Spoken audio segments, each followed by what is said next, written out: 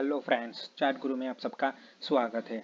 आज एक और स्टॉक सीरीज लेकर आए जहां पे हम लोग डिस्कशन करेंगे सपोर्ट रेजिस्टेंस, फिर हमारा व्यू भी रखेंगे। तो चलिए चलते हैं। पहले एशियन पेंट की हम लोग आज बात करेंगे। पेंट सेक्टर का बादशाह हम लोग बोल सकते हैं उसका, कि काफ़ी समय से और काफ़ी अच्छा रिटर्न बना के दिया लॉन्ग टर्म इन्वेस्टर को। काफ़ी अच्छा इन्वेस्टमेंट जिसने भी किया उसने अच्छा खासा उसने रिटर्न बना के दिया।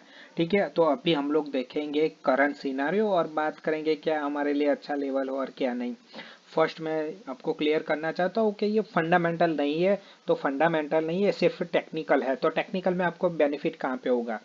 तो मान लीजिए अगर कोई एशियन पेंट में हर महीने अपनी एसआईपी कर रहा है तो ठीक है, वो कीजिए। क्योंकि फंडामेंटल स्टॉक की मैं कुछ भी यहाँ पे रखने वाला नहीं हूँ कि फंडामेंटल मुझे क्या है, मैं उसमें जाना नहीं चाहता हूँ। ओनली मैं टेक्निकल व्यू रखता हूँ। तो टेक्निकल व्यू में क्या है, हर 2 या 3 महीने में वो चेंज भी हो सकता है। ठीक है, इन्वेस्टिंग के नहीं, हम लोग ट्रेडिंग की बात कर रहे हैं। ठीक है, तो ट्रेडिंग या स्विंग ट्रेड आप बोल सकते हो, या तो फिर एक एक 2 साल के लिए भी बोल सकते हैं।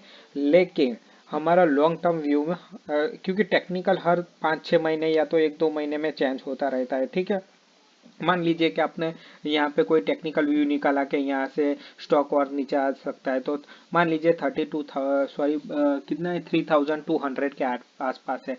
वहीं आपने कहीं पे अवॉइड किया होता बाइंग, तो आपका अच्छा खासा आपका अभी तक पैसा बन ही गया होगा। कि अच्छा खासा बन मतलब कि बच गया मतलब कि बनना बराबर ही है। अगर स्टॉक मार्केट में आप पैसा बचा बचा लेते हो तो वो बनने के बराबर ही माना जाता है। ठीक है, तो ये है। और जो मोमेंटम प्लेयर रहते हैं तो उनके लिए भी टेक्निकल बहुत ही इंपॉर्टेंट रहता है। लेकिन जो फंडामेंटल है कि भाई उनको तो हर एक भाव पे लेना है। ठीक है, क्योंकि उनको लग रहा है कि कंपनी इससे भी अच्छा करेंगे, इससे भी अच्छा करेंगे। ठीक है, तो उनके लिए ये है। ठीक है, तो फंडामेंटल उन लोगों के लिए, टेक्निकल सिर्फ उन लोगों के लिए जो शॉर्ट टर्म व्यू रखते हैं या तो 1-2 साल का व्यू रखते हो, तो उनके लिए बेटर है। ठीक है, तो चलिए एशियन पेंट की हम लोग बात करते हैं।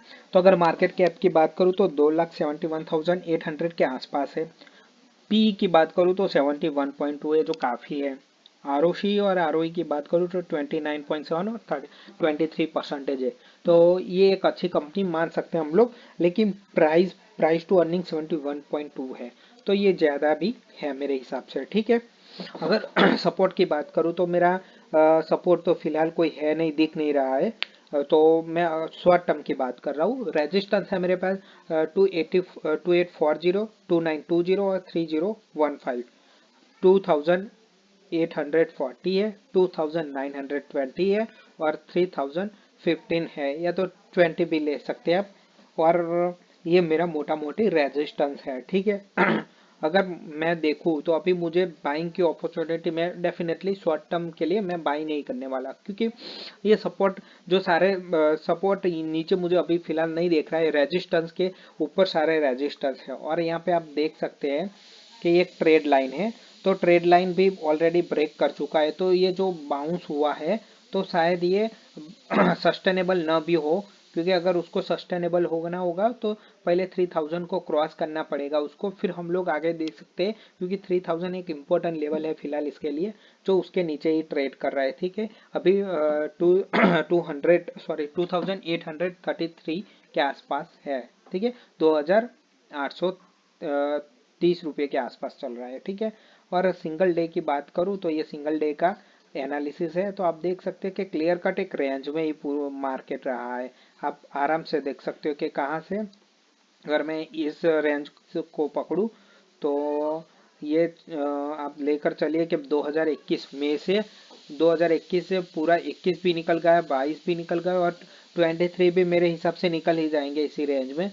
तो करीब करीब 2 साल से एक रेंज में फंसा हुआ है स्टॉक। ठीक है, तो अगर कुछ भी स्टॉक में रेंज में फंसा हुआ है वो तो मोमेंटम प्लेयर के लिए, या तो 1-2 साल के लिए अपना पैसा इन्वेस्ट करके मार्केट में 20 से 35 या 45% जो भी, या 60% जो बनाना चाहते हैं, तो उनके लिए एक अच्छा स्टॉक नहीं हम लोग बोल सकते। क्योंकि उन लोगों को लिए मोमेंटम चाहिए, क्योंकि ये एक रेंज में फंसा हुआ है। आप क्लियर देख सकते हैं कि मई 2021 से, यानी मई के, आप मई भी गिन लो, में पूरा 21 का आधा साल और 2022 पूरा गिन लो, 23 भी है, 2 महीने निकलने वाले हैं, तो एक रेंज में फंसा हुआ स्टॉक है। ठीक है, तो सिंगल डे में हम लोगों को अभी फिलहाल कुछ दिख नहीं रहा है। ठीक है, और ये जो ट्रेड लाइन है उसके, ये जो ब्लैक वाली ट्रेड लाइन में आपको वो डिस्कस करूंगा बाद में वीकली टाइम फ्रेम पर, तो उसके नीचे ही ट्रेड कर रहा है, तो मुझे इंटरेस्ट नहीं है फिलहाल, मैं अवॉइड ही करने वाला हूँ, क्योंकि मुझे ये बाउंस सिर्फ दिखावे का बाउंस लग रहा है, कोई प्योर बाउंस नहीं लग रहा है। आइए चलते हम लोग वीकली। तो वीकली में मैंने कहाँ से ट्रेड लाइन ड्रॉ करी, मैं वो दिखा देता हूँ आपको। तो मैंने ये पॉइंट कंसीडर किया है, एक मिनट वेट कीजिए थोड़ा। तो देखिए कि मैं ये पॉइंट है, तो एक, दो और तीसरा पॉइंट उसने ब्रेक कर दिया है। ठीक है, तो आप वीकली टाइम फ्रेम पर भी देखोगे तो इसका एक ब्रेकडाउन ही है।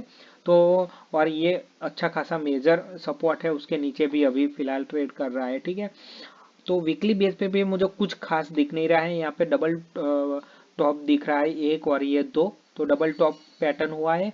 और नीचे यहाँ पे या तो फिर अगर स्टॉक को ऊपर जाना है तो या तो 3000 के ऊपर उसको ट्रेड करना पड़ेगा वीकली बेस पे, और ये ट्रेड लाइन के ऊपर भी जाना पड़ेगा उसको, तो हम लोगों को वापस से मूवमेंट देखने को मिल सकती है वापस से।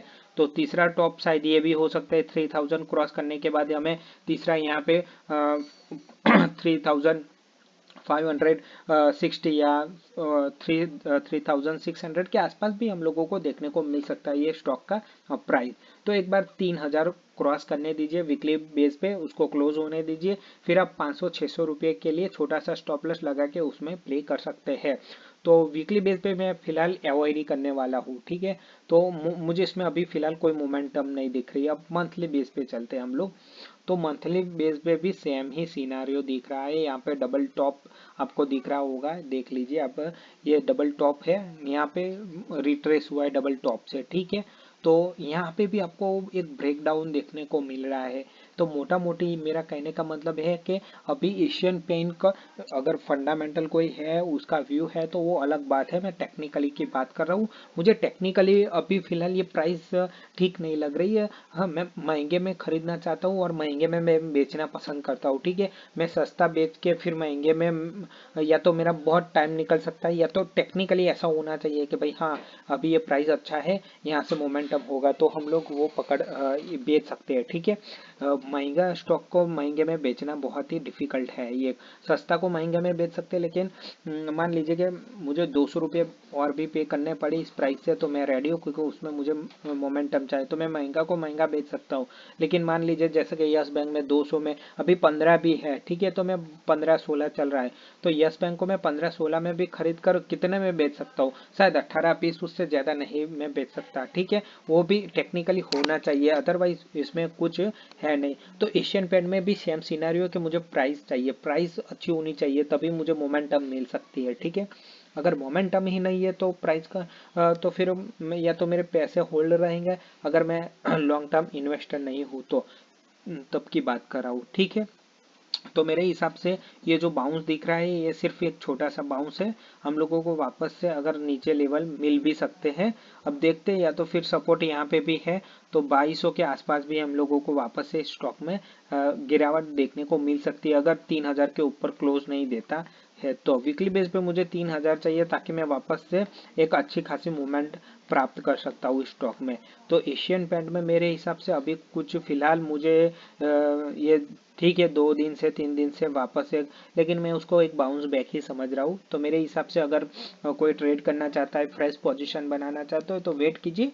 मेरे हिसाब से एशियन पेंट में अगर मुझे बनानी होती तो मैं वेट करता 3000, एक बार मुझे प्रॉपरली वीकली बेस पे एक वीकली कैंडल मुझे क्लोज चाहिए 3000 के ऊपर, तभी मैं जाके उसको पोजिशनल या तो फिर 5-6 महीने या तो 1 साल के लिए, 2 साल के लिए मैं ट्रेड कर सकता था, और एक टारगेट भी रख सकता था भाई 3600, अगर इसके ऊपर निकलता है तो मैं ट्रेल करके चलता साथ साथ में, ताकि मुझे इससे अच्छा खासा प्रॉफिट मिल सकते हैं। नो डाउट आप देखेंगे कि 2010 में कुछ 44 रुपीज़ था, और अभी 2000, यानी वेल्थ क्रिएट स्टॉक इसको बोलते हैं लेके। ठीक है, मैं फंडामेंटली इस स्टॉक के बारे में कुछ नहीं कमेंट कर रहा हूँ, सिर्फ टेक्निकली है। तो ये मेरा व्यू प्योर टेक्निकली व्यू है। तो आपको जो भी करना है, मैं ये अब मेरा सिर्फ टेक्निकली व्यू है, फंडामेंटल कोई व्यू नहीं है। ठीक है, ये वेल्थ क्रिएटर स्टॉक तो है, इसमें कोई डाउट नहीं है, वेल्थ क्रिएट करता है। इसीलिए मैं बोल रहा हूँ क्यों, क्योंकि देखिए कि इन्वेस्टिंग में भी हम लोग एक ध्यान रखते हैं कि प्राइस को भी इम्पोर्टेंट देते हैं। अगर मान लीजिए मुझे यहाँ पे मिल सकता है तो मैं क्यों यहाँ पे 3000 पे लूँ। ठीक है, जो स्टॉक मुझे यानी 2200 के आसपास मिल सकता है तो मैं उसके, या तो फिर अब मैं लमसम के जगह SIP भी कर दूंगा। मान लीजिए मुझे 1 लाख रुपए इन्वेस्टमेंट करने हैं ऐसे एशियन पेंट में, तो मैं अभी फिलहाल लमसम 1 लाख रुपीस नहीं डालने वाला हूँ। क्यों, मैं ऐसा हो सकता है मैं SIP कर लूँ तो वो अच्छा है, क्योंकि मुझे 5-6 महीना मान लीजिए यहाँ पे कुछ मेरा मुझे मिल सकता है, यहाँ पे मिल सकता है, यहाँ पे मिल सकता है। तो उसके हिसाब से मैं बोल रहा हूँ कि Asian Paint no doubt company अच्छी है, सब कुछ अच्छा है, मार्केट लीडर है, जो सेगमेंट पेंट सेगमेंट में है वो नंबर 1 में है, वो भी वहाँ पे सब कुछ अच्छा है, लेकिन एक प्राइस भी अच्छी होनी चाहिए, रीजनेबल प्राइस होनी चाहिए। मोमेंटम के लिए तो ठीक है कि भाई मैं 200 रुपये में भी ज़्यादा देकर मोमेंटम प्ले कर सकता हूँ, लेकिन अगर इन्वेस्टर हूँ तो ठीक है, कोई दिक्कत नहीं है। तो फिलहाल मुझे ये जो प्राइस मूवमेंट अभी ये वीक मुझे देखी है एशियन पेंट में, शायद मेरे हिसाब से एक बाउंस बैक है, जो वापस से रिट्रेस होकर नीचे भी आ सकता है। हम लोगों को शायद मेरे हिसाब से 2200 के आसपास हम लोगों को शायद देखने को मिल सकता है, या तो फिर यहाँ पे भी सपोर्ट ले सकता है। तो मुझे 2500 के आसपास भी मुझे ये स्टॉक मिल सकता है। तो मेरा टेक्निकली व्यू है, मैं अवॉइड करूंगा अभी एशियन पेंट को बाइंग करने के लिए। एक बार 3000 क्रॉस होता है वीकली बेस पे तो हम लोग आके देखेंगे। तो मेरा मोटा मोटी एशियन पेंट में ये सिर्फ टेक्निकल व्यू है। तो प्लीज़ वीडियो को लाइक कीजिए और चैनल को सब्सक्राइब कीजिए। Thank you for watching.